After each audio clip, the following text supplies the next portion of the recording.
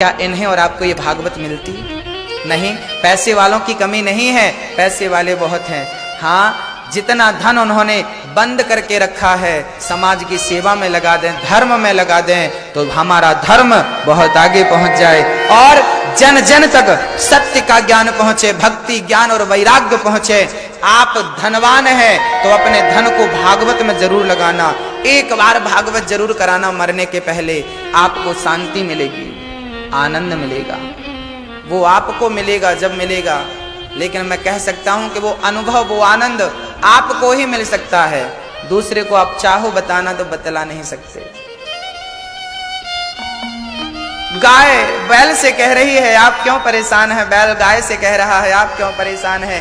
काला सा व्यक्ति मारे जा रहा है, परीक्षित आ गए, मूर्ख मेरी गाय को क्यों मार रहा है, कौन है तू, पता बता।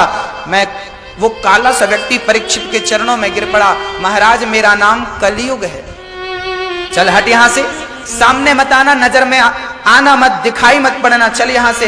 कलयुग बोला महाराज जहां जाता हूं आपका राज्य पाता हूं, मुझे आपके चरणों में जगह दे दो। कलयुग को राजा परीक्षित ने कहा मैं तुझे देखना पसंद नहीं करता, भाग यहां से। कलयुग बोला महाराज मैं बहुत बुरा हूं पर मुझ में एक अच्छाई है। क्या अच्छाई है? कलयुग केवल नाम आधारा। कलयुग बोलता है सतयुग त्रेता द्वापर आपको जल्दी मुक्त नहीं करते, लेकिन कलयुग कहता है कि कोई भगवान का नाम यदि लेता हो तो मैं उसे स्पर्श भी नहीं करता और मैं उसे मुक्त करा देता हूं। जो भगवान का स्मरण करता है उसकी जिम्मेदारी स्वयं कलयुग लेता है कि मैं इसे छूऊंगा भी नहीं। ये राम नाम का प्रभाव है, कृष्ण नाम का प्रभाव है। कलयुग केवल नाम आधारा। कृते यध्यायते विष्णुम त्रेतायाम यजतो मखई द्वापरे परिचर्यायाम कलौ केशव कीर्तनात्। कलयुग में केवल कीर्तन पर्याप्त है, पर्याप्त। स्वस्थ रहने के लिए 2 रोटी पर्याप्त।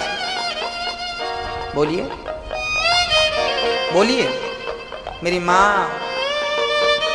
कितनी रोटी पर्याप्त? सिर्फ 2।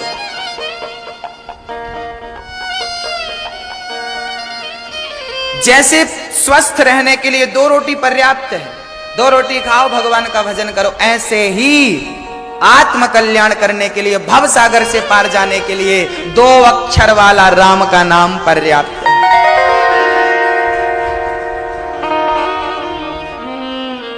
कलयुग ने प्रार्थना करी मुझे जगह दो, तब परीक्षित ने कलयुग को रहने के 4 कमरे बनवाए।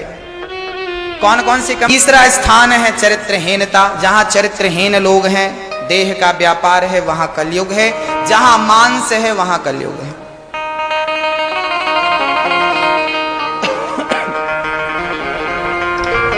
परीक्षित की बातें सुनकर कलयुग रोने लगा, महाराज मुझे गंदी गंदी जगह दे दी, एक आध अच्छी जगह दे दूं जहां बेडरूम बना सकूं।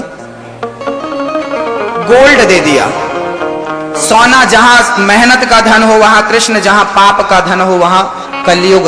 राजा परीक्षित ने सोना दिया तो राजा परीक्षित ने सर पर जो मुकुट पहन रखा था सोने का था, वो जरासंध का था, वहां आकर कलयुग बैठ गया, ऐसा संत कहते हैं। राजा परीक्षित संत का अपमान करते हैं, मरा हुआ सर्प एक समीक जी के, संत जी के गले में डालते हैं, चूंकि प्यास लगी थी। कलयुग पाप करा रहा है। और जब सांप डाला और आ गए घर, मुकुट उतारा, कलयुग उतरा। श्रृंगी जी ने श्राप दे दिया, मूर्ख पिता का अपमान करता है, संत का तिरस्कार करता, जा मैं श्राप देता हूं, आज से 7वें दिन तक्षक नाग तुझे डसेगा, तेरी मृत्यु हो जाएगी। 7 दिन में मरने का श्राप परीक्षित जी को लगा। राजा परीक्षित बिना विचार किए घर से निकल पड़े, हरिद्वार की तरफ चले। किसी ने कहा परीक्षित को जब श्राप लगा तो हरिद्वार ही क्यों गए, वृंदावन भी जा सकते थे, यमुना के किनारे भी जा सकते थे, गंगा के किनारे ही क्यों गए।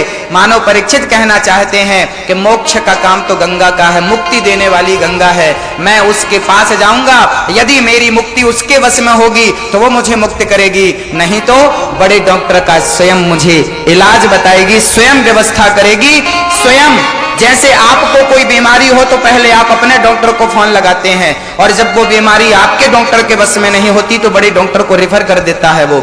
ऐसे ही परीक्षित ने कहा, यदि मेरा रोग गंगा के बस का है तो गंगा इलाज कर देगी, नहीं तो किसी बड़े डॉक्टर के पास भेज देगी। तो सुखदेव जी बड़े डॉक्टर थे, जो बड़े डॉक्टर आए और 7 दिन में मरने वाले व्यक्ति को मुक्ति कैसे मिले, परीक्षित को 7 दिन की कथा सुनाकर, भागवत की कथा सुनाकर परीक्षित को मोक्ष का अधिकारी श्री सुखदेव जी ने बना दिया। सुखदेव जी को नमस्कार किया है, बड़े बड़े साधु संत आए हैं, सुखदेव जी का आगमन हुआ, परीक्षित ने पूजन किया, प्रश्न कर दिया, गुरुदेव मरने वाले व्यक्ति को क्या करना चाहिए? 7 दिन में हम सबको ही मरना है, हम सबका ये प्रश्न है। श्री सुखदेव जी ने भगवान को नमस्कार करके सृष्टि का वर्णन सुनाया है, मैं विस्तार कल करूंगा। 4 बजे से कथा रोज होती है भक्तों, आप दिशा चैनल पर रोज कथा अपने परिवार को कहें कि आप लोग देखा करें, आप लोग यहाँ आकर कथा सुने और अपने पड़ोसियों को जरूर कथा में लाएं। कथा सुनने से ज्यादा कथा सुनाने का पुण्य है, पानी पीने से ज्यादा पानी पिलाने का पुण्य है, भोजन करने से ज्यादा भोजन कराने का पुण्य है, कथा सुनने से ज्यादा कथा सुनवाने का पुण्य है। सबको लाइए, सबको कहिए कथा में चलिए। पृथ्वी का सुंदर सा दर्शन है, पृथ्वी को 12 भगवान ने स्थापित किया। 12 भगवान श्री नारायण जी के कमल से, नारायण जी की नाभि से कमल निकला, ब्रह्मा जी उत्पन्न हुए, ब्रह्मा जी ने 12 भगवान को जन्म दिया और ब्रह्मा जी के नासिका से छिद्र से निकल करके 12 भगवान ने हिरण्याक्ष को मार के पृथ्वी की स्थापना की।